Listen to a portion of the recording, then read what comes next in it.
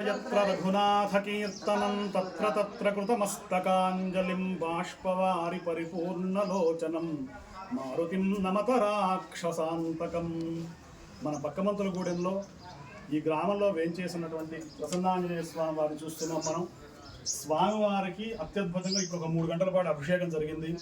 స్వామికి నూతన వస్త్రాలతో అలంకారంతో రామభక్తుడైనటువంటి ఆంజనేయ స్వామి ఎక్కడైతే ఉంటాడో అక్కడ అన్ని మంగళాలు శుభాలు జరుగుతాయని చెప్పి మన శాస్త్రాలు చెబుతున్నాయి.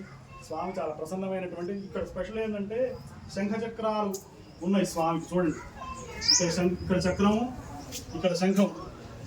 ఈ విగ్రహాలు అసలు భారతదేశంలో చాలా అరుదు.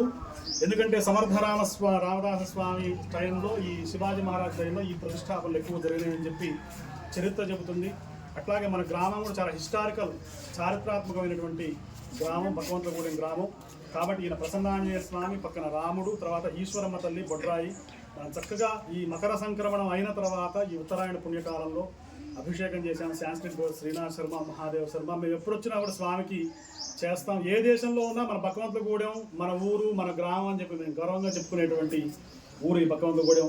అందరూ కూడా ఈ స్వామి యొక్క సేవలో, ఈ దేవాలయ పునరుద్ధరణలో, ఈ చేసేటువంటి అన్ని కార్యక్రమాల్లో ఉడతాభక్తిగా మీరు కొద్దిగా పాల్గొన్నా చాలు. అందరి మీద స్వామి యొక్క అనుగ్రహం ప్రసరించాలి అని చెప్పి జై శ్రీరామ్.